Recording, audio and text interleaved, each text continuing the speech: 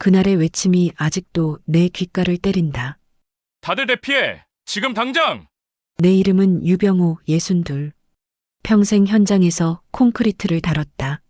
손끝으로도 균열의 냄새를 맡을 수 있을 만큼 내게 현장은 곧 인생이었다. 30년 넘게 건물을 세우며 배운 게 있다. 건물은 거짓말을 하지 않는다는 것. 무너질 땐 반드시 이유가 있고 그 이유는 언제나 사람에게서 시작된다는 것.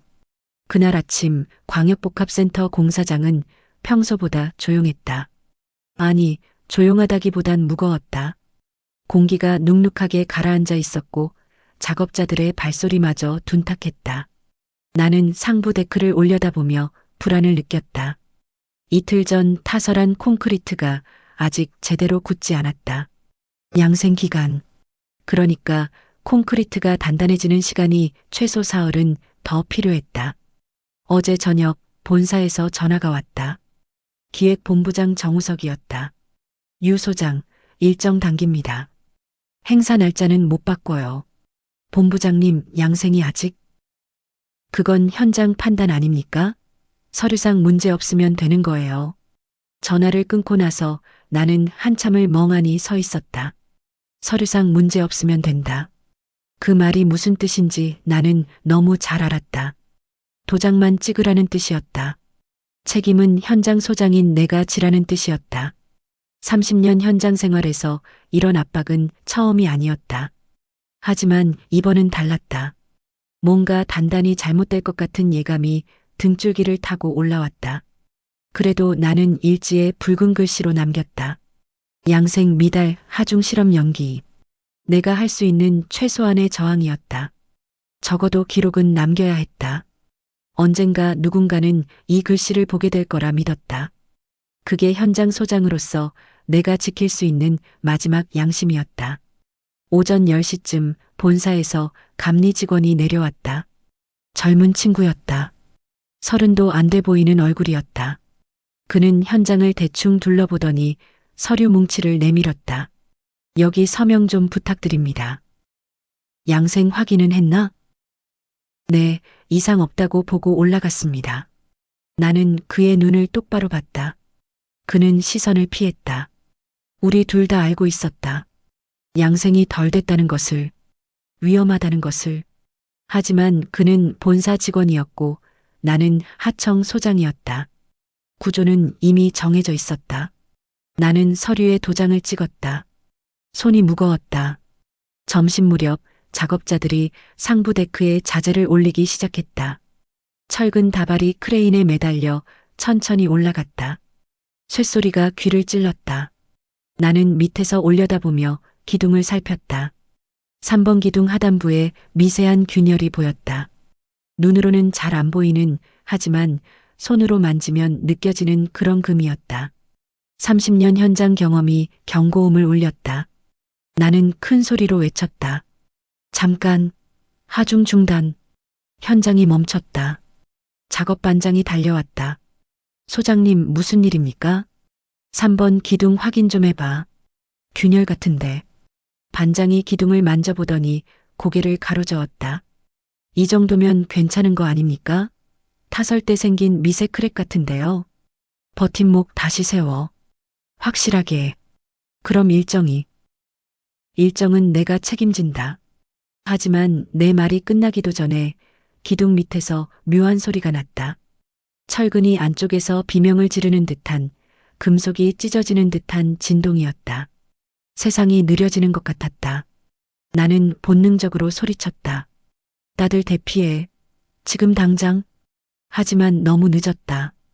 공기가 찢어지는 소리와 함께 3번 기둥이 휘어졌다. 그리고 그 위에 데크 전체가 마치 종이처럼 접히기 시작했다. 콘크리트 덩어리가 쏟아졌고 철근이 뒤엉켰으며 먼지가 세상을 삼켰다. 굉음이 귓속을 때렸고 땅이 흔들렸다. 나는 달렸다. 무너지는 잔해 속으로. 작업자들을 끌어내려고. 하지만 손이 닿기도 전에 2차 붕괴가 시작됐다. 무언가 단단한 것이 내 등을 쳤고 나는 바닥에 쓰러졌다. 귀가 멍했고 눈앞이 하얘졌다. 입안에 피와 먼지가 섞여 들어왔다. 숨을 쉴 수가 없었다. 의식이 흐려지는 순간 나는 들었다. 아이의 울음소리를. 9살짜리 박윤호. 시장 상인의 아들. 심부름을 왔다가 현장에 갇힌 아이. 나는 손을 뻗었지만 손가락 끝에 닿은 건 차가운 콘크리트 뿐이었다. 아이의 울음소리가 점점 멀어졌다. 그리고 모든 게 어두워졌다. 병실에서 깨어났을 땐 이미 뉴스가 나가고 있었다. 천장에 걸린 TV 화면 속에서 아나운서가 또박또박 읽어내려갔다. 광역복합센터 붕괴 사고, 하청 현장 소장의 안전점검 소홀로 밝혀졌다고 했다. 내 얼굴 사진이 화면 가득 떠올랐다. 범인처럼, 살인자처럼. 자막이 흘러갔다. 사망 5명, 중상 12명. 나는 천천히 고개를 돌렸다. 창밖으로 보이는 하늘은 무섭도록 맑았다. 저 하늘 아래 어딘가에선 누군가의 장례식이 치러지고 있을 것이다. 내 이름이 저주처럼 불리면서 손을 들어 올렸다. 손가락이 떨렸다. 붉은 글씨로 적었던 그 문장이 떠올랐다. 양생 미달 하중 실험 연기. 그 글씨는 지금 어디에 있을까? 누가 지웠을까? 아니면 애초에 없던 일이 될까? 그날 밤 나는 깨달았다. 무너진 건 건물이 아니라 내 인생 전체였다는 것을. 재판은 빠르게 진행됐다. 아니, 빠르다기보다는 일방적이었다. 검사는 조작된 서류를 증거로 제출했고 변호인은 무기력했다. 내 편을 제대로 들어줄 사람이 아니었다. 나는 법정에 서서 말했다. 붉은 글씨로 적었던 안전일지를 보여달라고. 양생이 덜 됐다는 내 기록을 확인해달라고. 피고인, 여기 제출된 일지에는 이상 없음으로 기재돼 있습니다. 판사의 목소리는 차가웠다. 나는 서류를 받아들었다. 내 도장이 찍혀 있었다. 하지만 붉은 글씨는 사라져 있었다. 양생 미달 하중 실험 연기라는 문장은 온데간데없고 이상 없음 네 글자만 남아 있었다. 손이 떨렸다. 이게 말이 되나? 내가 분명히 적었는데. 이건 조작된 겁니다. 제가 적은 게 아닙니다. 증거가 있습니까? 증거. 나는 입을 다물 수밖에 없었다. 현장은 이미 정리됐고 CCTV 기록은 본사에서 관리했으며 함께 일했던 작업자들은 모두 입을 다물었다. 본사에서 합의금을 챙겨줬다는 소문이 돌았다. 나는 혼자였다. 철저하게, 완벽하게 혼자였다. 변호인도 제대로 된 반박 한마디 하지 못했다. 피고인 유병호, 업무상 과실치사상 및 건설산업기본법 위반으로 징역 7년을 선고한다. 선고가 떨어지는 순간 방청석에서 누군가 울음을 터뜨렸다. 피해자 유족이었다. 9살 박윤호의 어머니였다. 나는 고개를 들 수 없었다. 내가 구하지 못한 아이. 내 손이 닿지 못했던 아이. 그 아이의 어머니가 나를 원망하는 게 당연했다. 나도 나를 원망했으니까. 매일 밤 매순간. 구치소를 거쳐 교도소로 이송됐다. 7년이라는 시간이 시작됐다. 좁은 방에 6명이 함께 지냈다.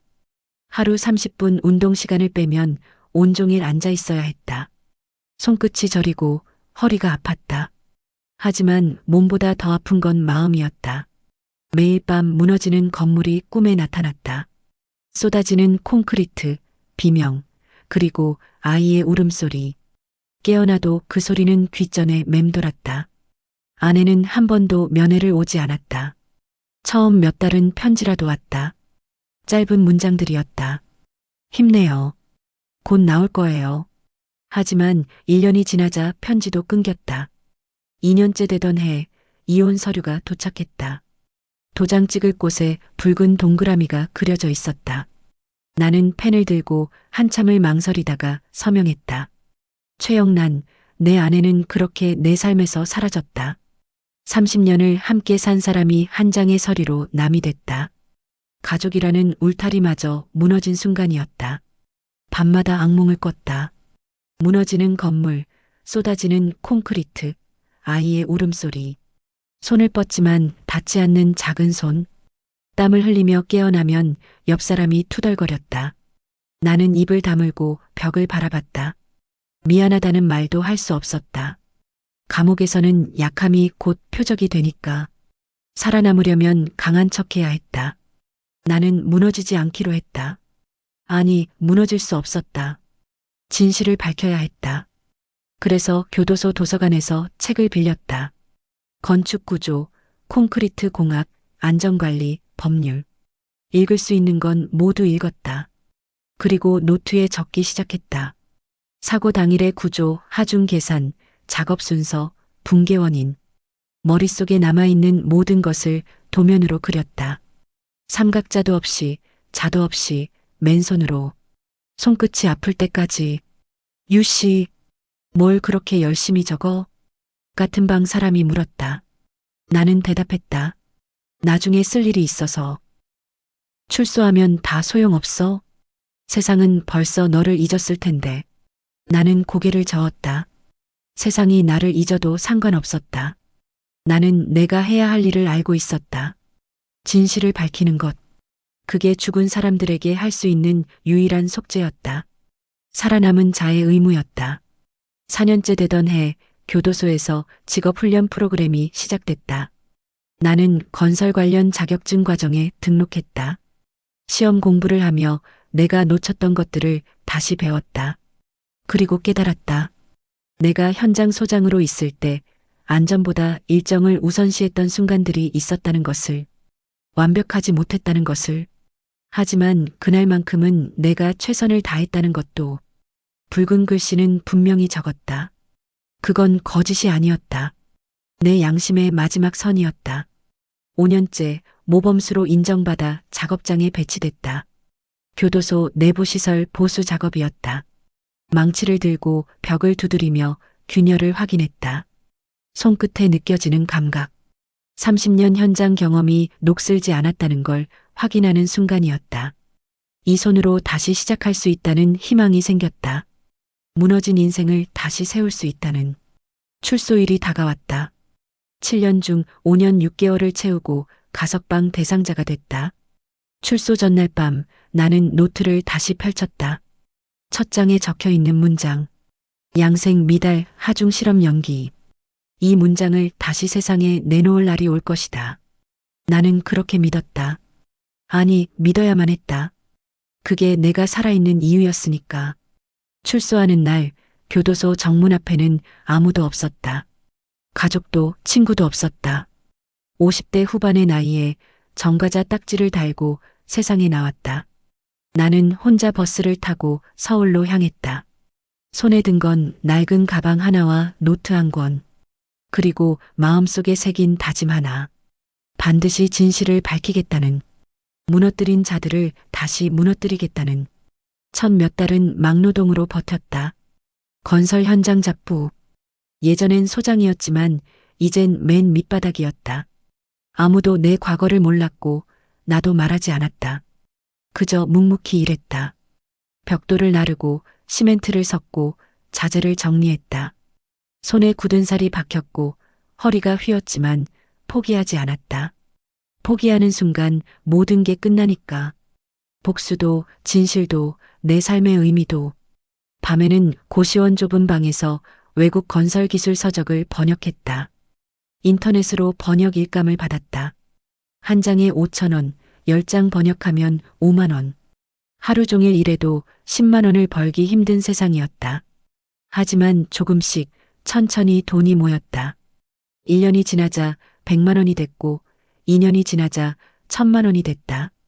매일 라면으로 끼니를 때우며 모은 돈이었다. 그렇게 모은 돈으로 작은 컨설팅 사무실을 차렸다. 간판도 없는 원룸 하나짜리 사무실이었다. 처음엔 일감이 없었다. 하지만 중소건설사에 무료로 자문을 해주며 신뢰를 쌓았다. 안전점검, 구조검토, 품질관리. 내가 할 수 있는 모든 것을 했다. 밤을 새워가며 도면을 검토하고 현장을 누볐다. 그리고 입소문이 났다. 유 컨설턴트는 다르다더라. 현장을 정말 아는 사람이래. 그렇게 일이 늘고 돈이 모였다. 3년이 지나자 직원을 2명 뽑을 수 있었다. 5년이 지나고 사무실을 옮겼다. 강남 변두리의 작은 빌딩이었지만 내겐 성이었다. 10년이 지나자 작은 회사가 됐다.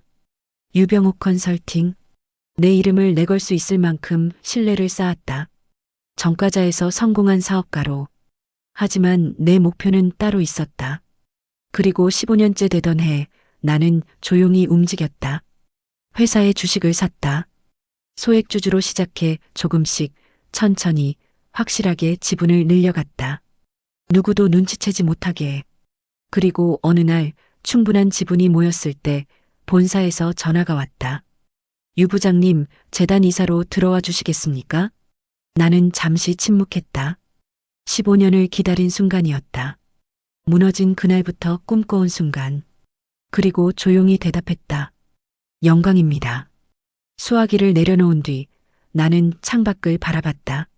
15년 전 무너졌던 그 공사장이 보이는 방향이었다. 이제 그곳엔 새로운 건물이 서 있었다.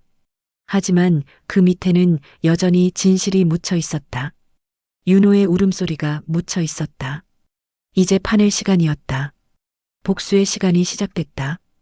이사회에 복귀한 첫날 나는 아무 일 없던 사람처럼 회의실 문을 열었다. 15년 전 나를 희생양으로 삼았던 이들이 여전히 같은 자리에 앉아 있었다. 회장 박창호는 70을 넘겼지만 여전히 카리스마가 있었다.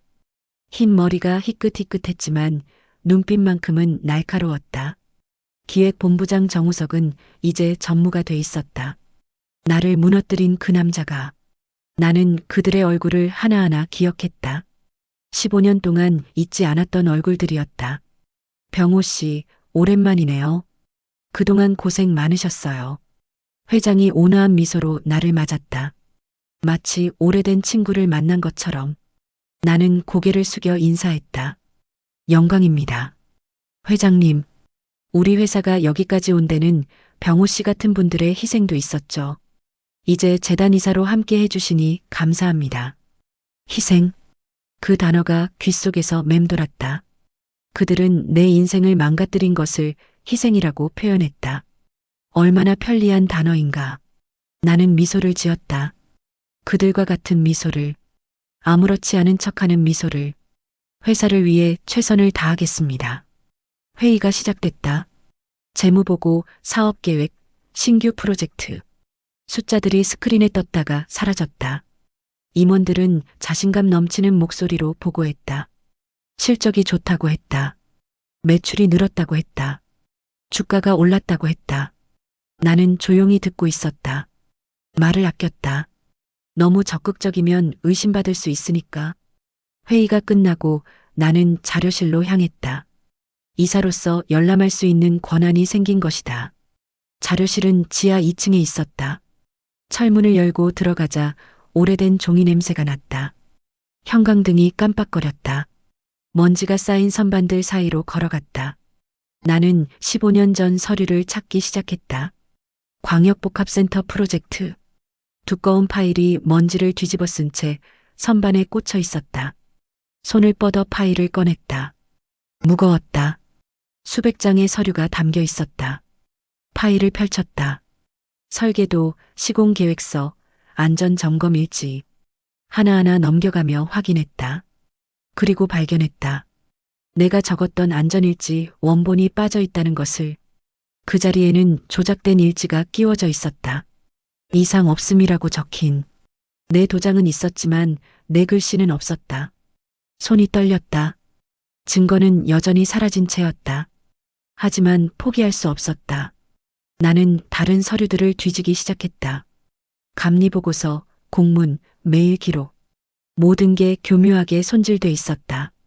누군가가 정밀하게, 체계적으로 진실을 지워낸 흔적이었다. 프로의 솜씨였다. 밤마다 사무실에 남았다. 다른 이사들이 퇴근한 뒤 나는 혼자 자료를 뒤졌다. 컴퓨터 서버에 접속해 과거 메일 기록을 검색했다. 하지만 15년 전 데이터는 대부분 삭제돼 있었다. 백업도 없었다. 아니, 백업이 있었지만 의도적으로 지운 것 같았다. IT 부서에 물어봤지만 시스템 교체 때문에 오래된 데이터는 보관하지 않는다는 답변만 돌아왔다. 한 달이 지났다. 두 달이 지났다. 나는 점점 초조해졌다. 증거가 없었다. 모든 게 지워져 있었다. 이대로 끝나는 건가? 15년을 기다렸는데 아무것도 할 수 없는 건가? 밤마다 잠을 이룰 수 없었다. 무너지는 건물이 꿈에 나타났다. 아이의 울음소리가 들렸다. 나는 땀을 흘리며 깨어났다. 그러던 어느 날 밤 사무실에서 야근을 하고 있는데 누군가 문을 두드렸다. 밤 9시가 넘은 시간이었다. 나는 깜짝 놀라 고개를 들었다. 50대 후반으로 보이는 남자가 서 있었다. 낯익은 얼굴이었다. 어디서 본 것 같은데 기억이 나지 않았다. 유 이사님, 저 기억하십니까? 당신은? 이태준입니다. 15년 전 광역복합센터 현장 반장이었습니다. 나는 숨이 멎는 것 같았다. 이태준. 사고 당시 함께 일했던 그 사람. 본사 합의금을 받고 입을 다물었던 그 사람.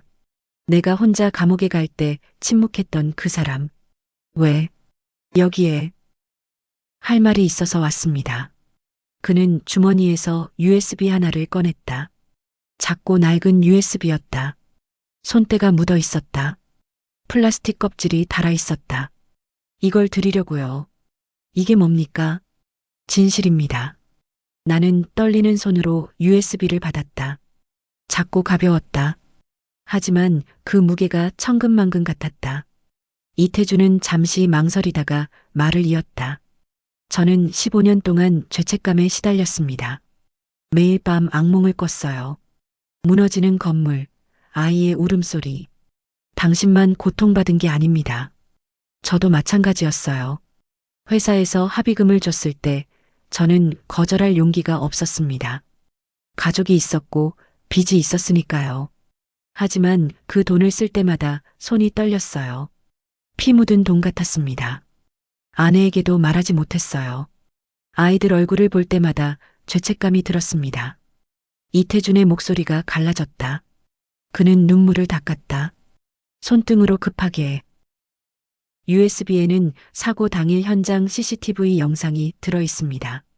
본사에서는 삭제한 줄 알지만 제가 몰래 복사해뒀어요. 그리고 당신이 적었던 안전일지 사진도 있습니다.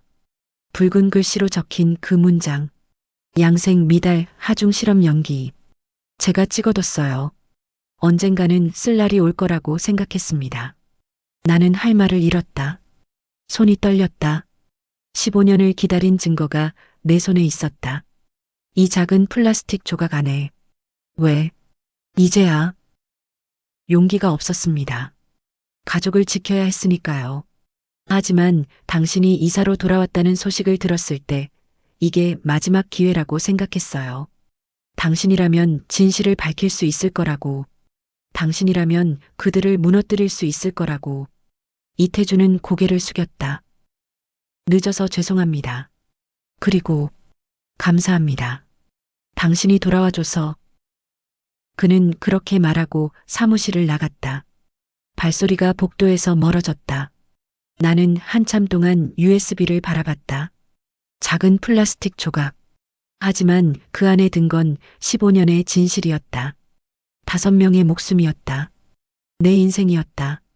나는 컴퓨터에 USB를 꽂았다. 손이 떨렸다. 파일이 열렸다.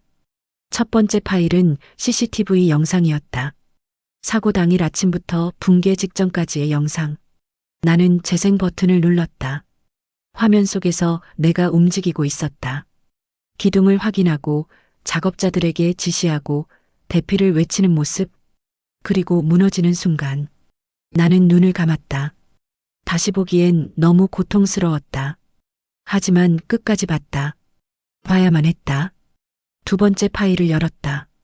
안전일지 사진이었다. 내 필체로 적힌 붉은 글씨. 양생 미달 하중 실험 연기. 선명했다. 조작되지 않은 원본이었다. 15년 만에 다시 본 내 글씨였다. 세 번째 파일은 문서였다. 본사에서 주고받은 내부 메일. 일정 단축 지시, 안전 경고 무시, 증거 인멸 지시. 모든 게 담겨 있었다. 정우석의 이름이 여러 번 등장했다. 그리고 회장 박창호의 결제 도장도. 체계적인 은폐 작업이었다. 나는 파일을 하나하나 확인했다. 밤이 깊어갔다. 창밖으로 도시의 불빛이 보였다. 15년 전 무너졌던 그 공사장 방향이었다. 나는 눈을 감고 그때를 떠올렸다. 아이의 울음소리, 내 손이 닿지 못했던 작은 손, USB를 빼냈다. 그리고 복사본을 3개 만들었다. 하나는 집 금고에 보관하고, 하나는 은행 대여금고에 넣을 것이고, 하나는 신뢰할 수 있는 기자에게 보낼 것이다. 그리고 원본은 항상 내 곁에 둘 것이다. 손이 떨렸다. 흥분 때문이 아니었다. 두려움 때문이었다. 이 증거를 공개하는 순간 모든 게 바뀔 것이다. 회사는 무너질 것이고, 사람들은 충격받을 것이고, 나는 또다시 세상의 주목을 받게 될 것이다. 하지만 이제 돌아갈 수 없었다. 15년을 기다렸다. 죽은 사람들을 위해, 무너진 진실을 위해, 그리고 나 자신을 위해. 나는 책상 서랍을 열었다. 오래된 노트가 들어 있었다. 감옥에서 적었던 그 노트. 첫 장을 펼쳤다. 양생 미달 하중 실험 연기. 내가 적었던 그 문장이 여전히 남아 있었다. USB를 노트 옆에 놓았다. 15년의 기록과 15년의 증거가 나란히 놓였다. 창밖에서 동이 트기 시작했다. 새로운 날이 밝았다. 진실을 밝힐 날이. 나는 컴퓨터를 켜고 메일을 작성하기 시작했다. 수신자는 지역신문 사회부 기자 이명진. 신뢰할 수 있는 사람이었다. 제목은 간단했다. 15년 전 진실, 이제 밝히려 합니다. 첨부 파일을 선택했다. USB 안에 모든 자료, 영상, 사진, 문서, 그리고 전송 버튼 위에 마우스를 올렸다. 손가락이 떨렸다. 이 버튼을 누르는 순간 모든 게 시작된다. 돌이킬 수 없는 싸움이. 나는 깊게 숨을 들이쉬었다. 그리고 버튼을 눌렀다. 메일이 전송됐다. 화면에 전송 완료라는 메시지가 떴다. 이제 싸움이 시작됐다. 진짜 싸움이. 나는 창밖을 바라봤다. 아침 햇살이 도시를 비추고 있었다. 15년 동안 어둠에 묻혀있던 진실이 이제 빛을 보게 될 것이다. 나는 다시 한번 USB를 바라봤다. 작은 물건이었지만 그 안에 담긴 무게는 어마어마했다. 그날 밤 나는 깨달았다. 무너진 건 건물이 아니라 양심이었다는 것을. 그리고 이제 그 양심을 다시 세울 시간이라는 것을. 15년 동안 준비한 복수가 이제 시작된다는 것을. 주주총회일이 다가왔다. 며칠 전부터 이명진 기자가 조심스럽게 기사를 내보내기 시작했다. 15년 전 붕괴 사고에 대한 의혹 제기, 조작 가능성, 내부 증언자의 존재. 기사는 작은 파문을 일으켰다.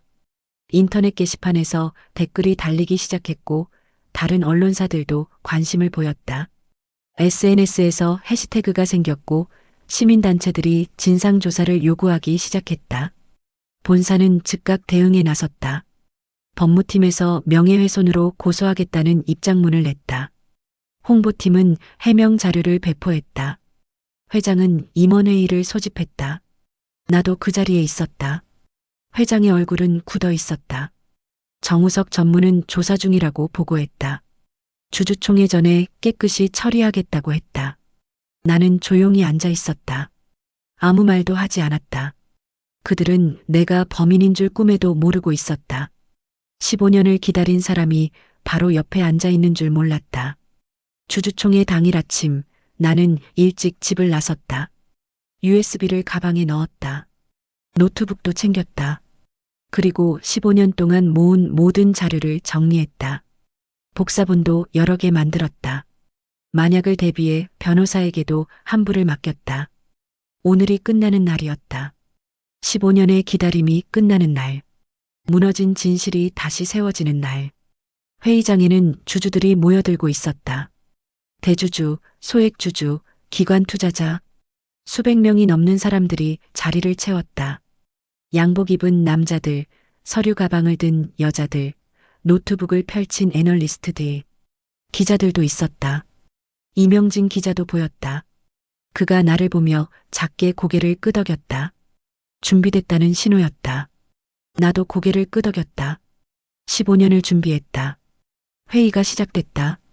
회장이 연단에 올라 인사말을 했다. 작년 실적이 좋았다고 했다. 올해 목표도 달성 가능하다고 했다. 신규 프로젝트도 여러 건 수주했다고 자랑했다. 박수가 터져 나왔다. 모든 게 순조로워 보였다. 그들은 곧 무너질 줄 몰랐다. 15년 전 건물이 무너졌듯 오늘 이 회사의 거짓이 무너질 줄 몰랐다. 실적 보고가 끝나고 안건 처리가 시작됐다. 임원 선임, 배당 승인, 정관 변경.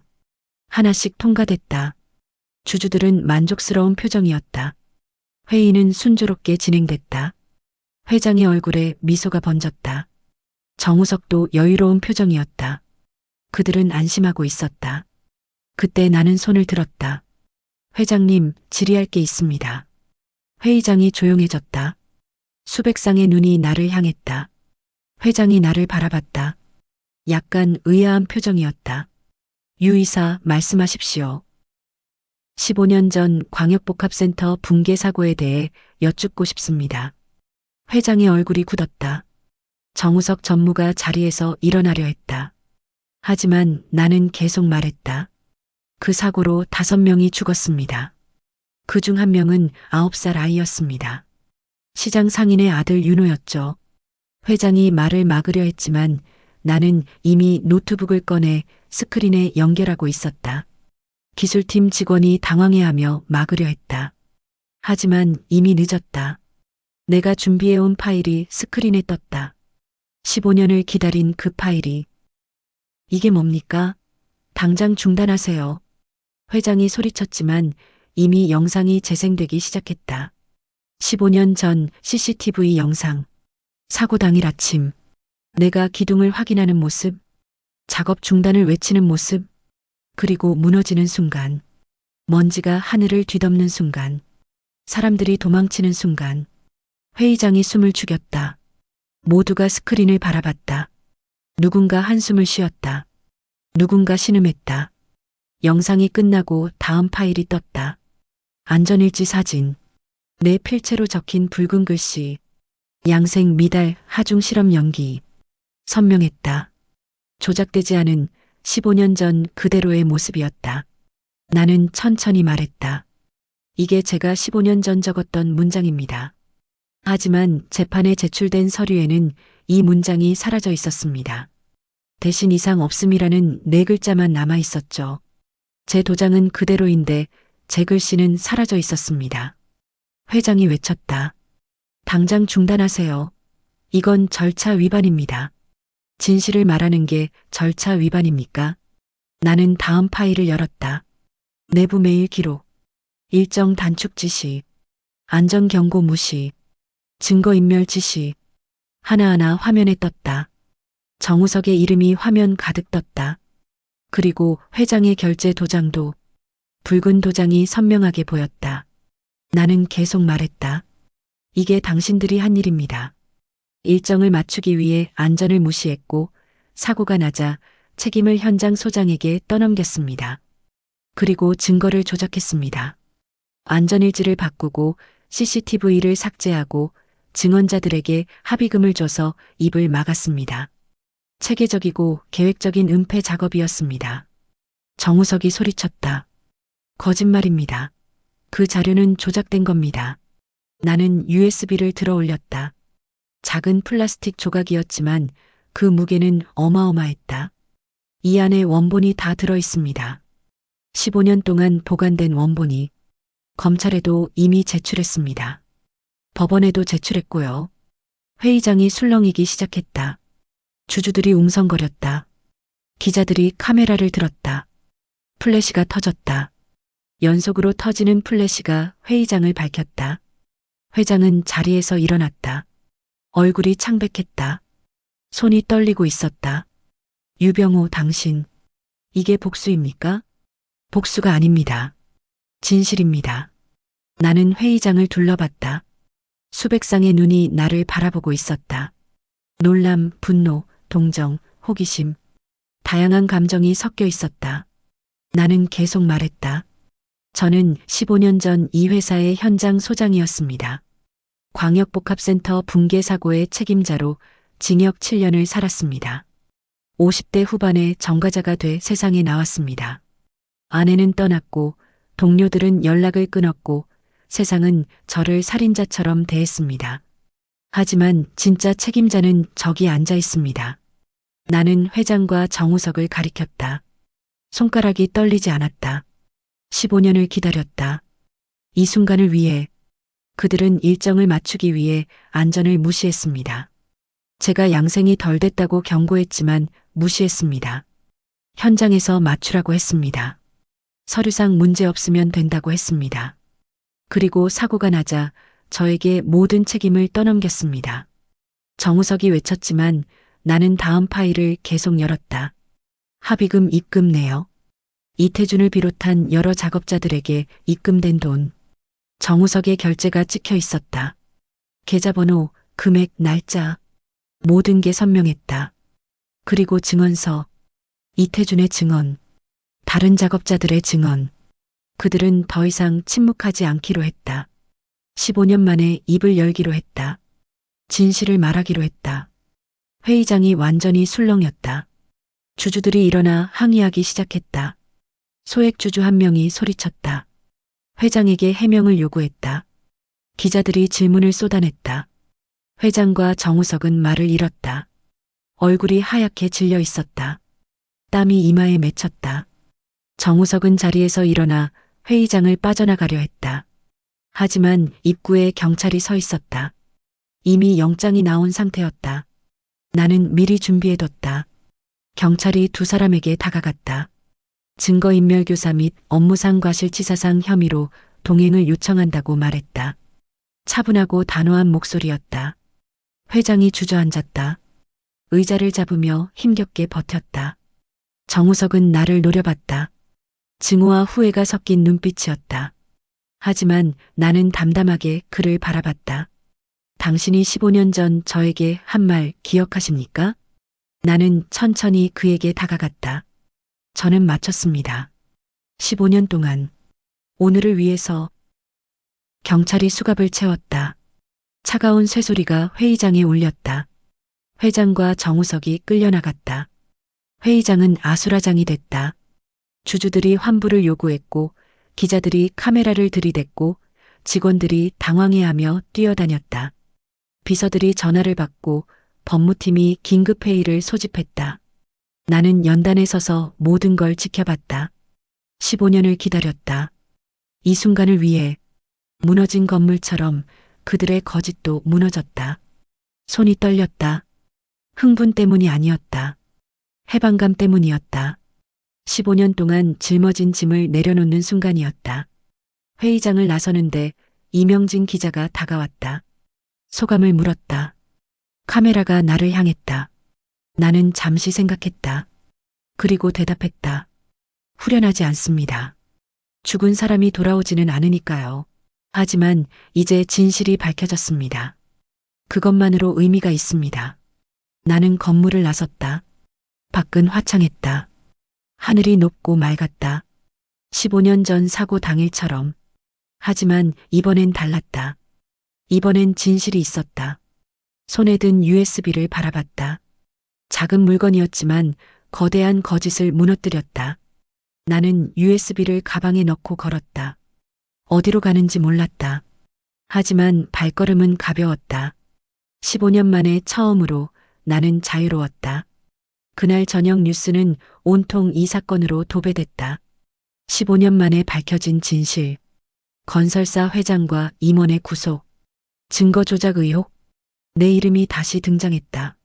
하지만 이번엔 피해자로, 희생자로, 진실을 밝힌 사람으로. 아나운서들이 엄숙한 표정으로 보도했다. 나는 TV를 끄고 창밖을 바라봤다. 저 멀리 광역복합센터가 있던 자리가 보였다. 이제 그곳엔 새 건물이 서 있었다. 하지만 그 밑에 묻혔던 진실은 이제 세상에 나왔다. 나는 오래된 노트를 꺼냈다. 첫 장을 펼쳤다. 양생 미달 하중 실험 연기. 그리고 그 밑에 한 줄을 더 썼다. 2025년 10월 21일. 진실 마침내 빛을 보다. 펜을 놓는 손이 떨리지 않았다. 15년 만에 처음으로 창밖으로 별이 떠올랐다. 밤하늘은 고요했다. 15년 동안 잠들지 못했던 밤들이 떠올랐다. 악몽에 시달렸던 밤들. 하지만 오늘 밤은 달랐다. 오늘 밤은 편히 잘 수 있을 것 같았다. 나는 노트를 덮고 불을 껐다. 어둠 속에서 USB가 희미하게 빛났다. 작은 플라스틱 조각. 하지만 그것이 거대한 벽을 무너뜨렸다. 진실의 무게는 크기로 재는 게 아니었다. 눈을 감았다. 15년 만에 처음으로 평화가 찾아왔다. 폭로 이후 세상은 조용히 뒤집혔다. 회장 박창호는 구속됐고 정우석 전무는 증거인멸 혐의가 추가됐다. 관련 임원 셋이 줄줄이 사임했다. 주가는 폭락했고 주주들은 소송을 준비했다. 언론은 연일 특종 기사를 쏟아냈다. 15년 전 은폐된 진실, 조직적 증거 조작, 합의금으로 입막음한 증언자들. 모든 게 세상에 드러났다.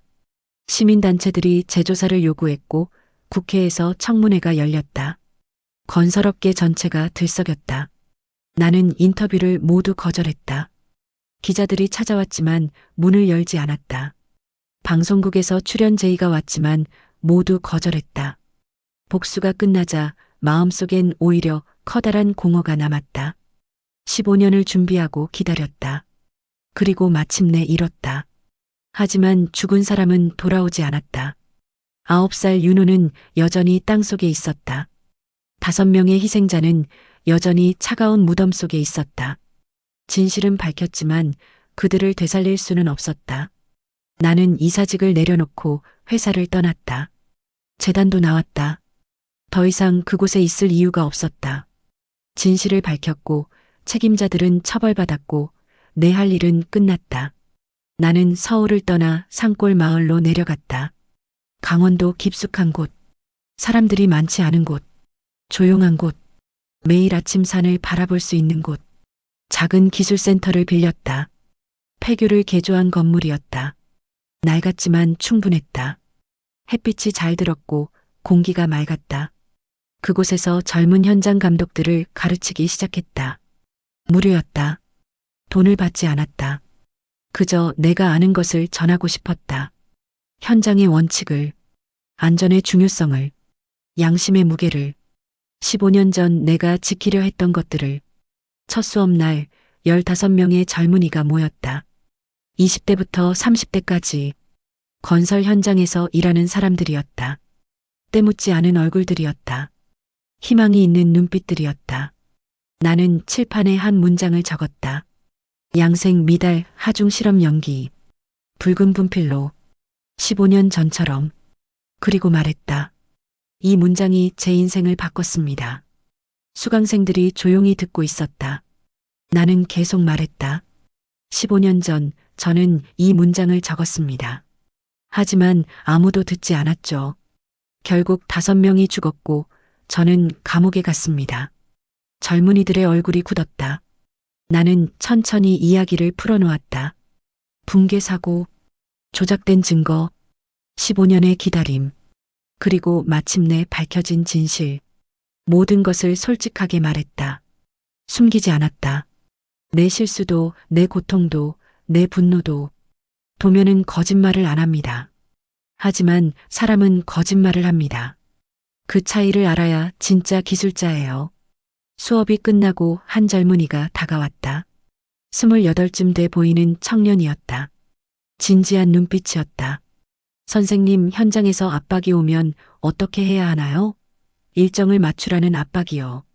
나는 잠시 생각했다. 15년 전 내가 받았던 압박이 떠올랐다. 그리고 대답했다. 기록하세요. 모든 걸 기록하고 사진을 찍고 증거를 남기세요. 그게 당신을 지키는 유일한 방법입니다. 청년이 고개를 끄덕였다. 나는 계속 말했다. 그리고 양심을 지키세요. 돈보다, 일정보다, 승진보다 중요한 게 양심입니다. 그걸 잃으면 모든 걸 잃는 겁니다. 그렇게 수업을 이어갔다. 매주 토요일 오전 9시부터 오후 5시까지 수강생은 점점 늘어났다. 소문이 퍼진 것이다.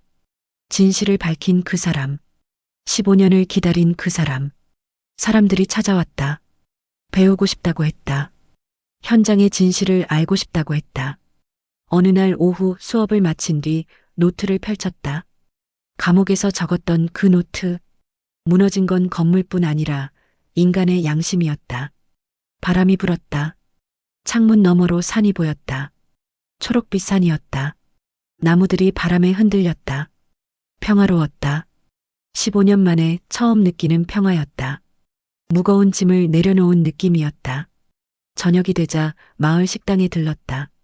작은 식당이었다. 주인 아주머니가 반갑게 맞았다. 유 선생님, 오늘도 수업하셨어요?